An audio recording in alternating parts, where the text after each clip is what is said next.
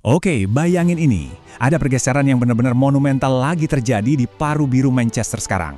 Setelah satu dekade, ya 10 tahun penuh kejayaan absolut di bawah tangan dingin Pep Guardiola, tahta Etihad akhirnya berpindah tangan. Sekarang Enzo Maresca masuk. Dia mewarisi skuad yang bertabur bintang, tapi jujur aja, mereka gagal penuhi ekspektasi musim lalu. Nah, di bedah taktik kali ini, kita bakal kupas tuntas secara mendalam apa aja sih PR besar yang harus cepat-cepat diberesin Maresca kalau City mau balik merajai Inggris. 20. Angka ini bukan sekedar angka acak ya. Ini adalah jumlah poin krusial yang terbuang sia-sia dari posisi mereka lagi unggul sepanjang musim lalu. Gila nggak tuh? Buat tim selevel Manchester City, punya rekor terburuk keempat di Liga dalam urusan ngebuang keunggulan itu benar-benar sebuah anomali besar. Maksud saya, ini masalah fundamental banget yang harus dipecahin Maresca sebelum dia mikirin taktik atau formasi yang aneh-aneh. Jadi, buat peta taktik kita hari ini, kita bakal jalan-jalan lewat 6 poin utama. Pertama, soal era baru Enzo Maresca. Terus, kita geser ke kebutuhan mendesak kiper pengganti, lanjut ke tantangan berat bek kanan, terus bahas Elliot Anderson, sang pemecah rekor.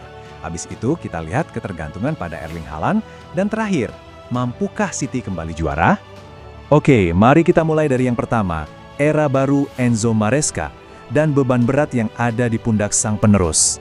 Jadi gini, ngegantiin sosok Guardiola itu jelas bukan tugas yang bisa dibilang ringan, baik buat Maresca maupun buat direktur sepak bola mereka Hugo Viana. Tapi ada fakta yang jauh lebih bikin geleng-geleng kepala nih.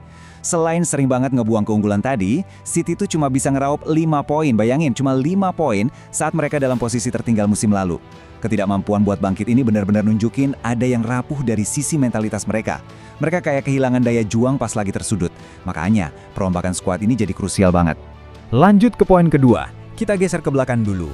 Kebutuhan mendesak kiper pengganti, karena ada vakum besar di bawah Mister Gawang. Musim lalu tuh City sebenarnya punya kemewahan yang luar biasa, punya 2 kiper elit sekaligus di satu tim. Di satu sisi ada Gianluigi Donnarumma yang mimpin liga dengan catatan 72,1% penyelamatan. Di sisi lain, James Trafford juga tampil fenomenal banget. Dia bisa mencegah 2,14 expected goals cuma dari 6 pertandingan FA Cup. Tapi sayangnya, dengan Trafford yang kabarnya udah selangkah lagi cabut ke Leeds United, City bakal kehilangan sebuah jaring pengaman taktis yang sejujurnya sangat amat penting. Nah, pertanyaannya sekarang, siapa dong yang bakal nemenin Donnarumma? Kalau Trafford beneran pergi, praktis City cuma bisa ngandelin Marcus Bettinelli, yang mana kita semua tahu dia itu statusnya cuma kiper pilihan ketiga. Di kerasnya Liga Premier, satu aja cedera nimpa Donnarumma, wah kelar udah, itu bisa menghancurkan satu musim penuh. Jadi buat Maresca, beli kiper pelapis kelas 2 yang mumpuni itu bukan lagi sekedar opsi ya, itu udah kebutuhan mutlak. Bagian ketiga, kita agak maju dikit ke lini pertahanan.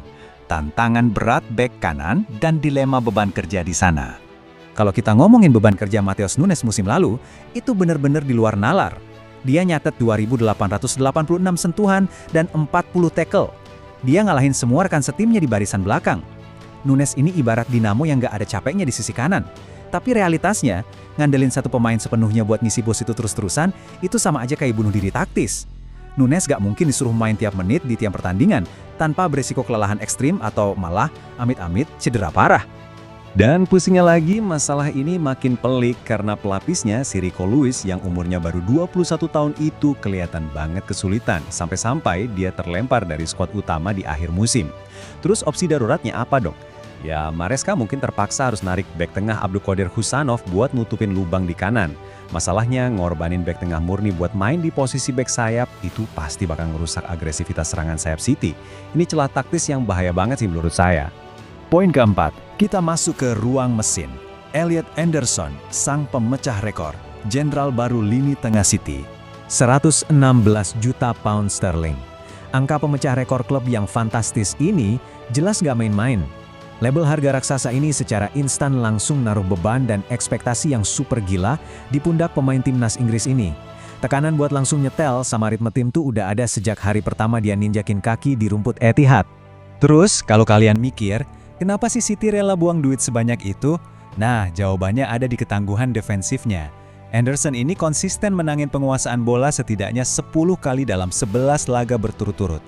Dia didatengin bawa satu misi brutal, ngegantiin kegigihan dan ngisi ruang yang ditinggalin Bernardo Silva, yang musim lalu sukses nyatet 146 perebutan bola.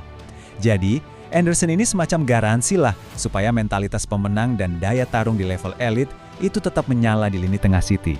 Tapi ya itu, masalahnya Anderson nggak bisa kerja sendirian kan? Dan sisa jenderal lapangan tengah City ini lagi dipenuhi tanda tanya besar. Coba kita cek. Rodri baru aja operasi punggung dan rumornya lagi terus-terusan diintai Real Madrid. Nico Gonzalez dinilai masih kurang ngasih ancaman gol. Terus Mateo Kovacic, oke dia memang brilian banget. Akurasi umpannya aja nyentuh 91,4%, tapi sayangnya dia rentan banget cedera. Sementara itu Tijani Reinders, dia dianggap kurang tangguh secara fisik buat ngadepin preman-preman Liga Premier. Ini literally bom waktu taktis yang harus buru-buru dijinakin sama Maresca dan Viana. Oke, poin kelima, ketergantungan pada Erling Haaland, sang ujung tombak yang mematikan. Lini serang City ini kalau boleh jujur ibarat pedang bermata dua. Kalau Erling Haaland lagi bugar, wah dia itu monster absolut di lapangan. Statistiknya bener-bener nggak masuk akal. Dia mencatatkan 1,06 kontribusi gol per 90 menit. Dengan total 35 kombinasi gol dan assist, dia jadi pemain terbaik kedua di seluruh 5 liga top Eropa. Dominasi mutlak yang nggak bisa dibantah sama sekali. Tapi, sisi pisau yang satunya lagi nih yang bikin ketar-ketir. Coba kita lihat pelapisnya, Omar Marmush. Penurunan performanya benar-benar terjun bebas. Menit mainnya anjlok drastis dari 1188 menit turun ke 699. Dan puncaknya di Piala Dunia, 326 menit main tanpa gol dan cuma satu tembakan tepat sasaran. Ini ngasih gambaran betapa mengerikannya tingkat ketergantungan City sama Haaland. Sekalinya Haaland tumbang, sumber gol mereka praktis ikutan kering karena nggak ada rencana cadangan yang sepadan. Akhirnya kita sampai di poin ke-6. Mampukah City kembali juara? Apa resolusi mereka musim depan? Kalau kita tarik mundur dan lihat lagi semua temuan kita hari ini, mulai dari lubang menganga di posisi kiper pelapis, krisis yang ada di bek kanan, ketidakpastian siapa yang nemenin Anderson di tengah, sampai ketergantungan mutlak mereka ke Haaland, kita dihadapin sama satu pertanyaan yang cukup tajam. Apakah punya penyerang terbaik di dunia aja itu udah cukup buat nutupin sistem yang sebenarnya lagi mulai retak? Ini bakal jadi ujian sesungguhnya buat kejeniusan taktik Enzo Maresca. Kira-kira, akankah manuver transfer mereka cukup buat nambal semua celah ini dan ngerebut lagi mahkota juara? Atau justru era dominasi City bener-bener udah tamat? Kita bakal segera tahu.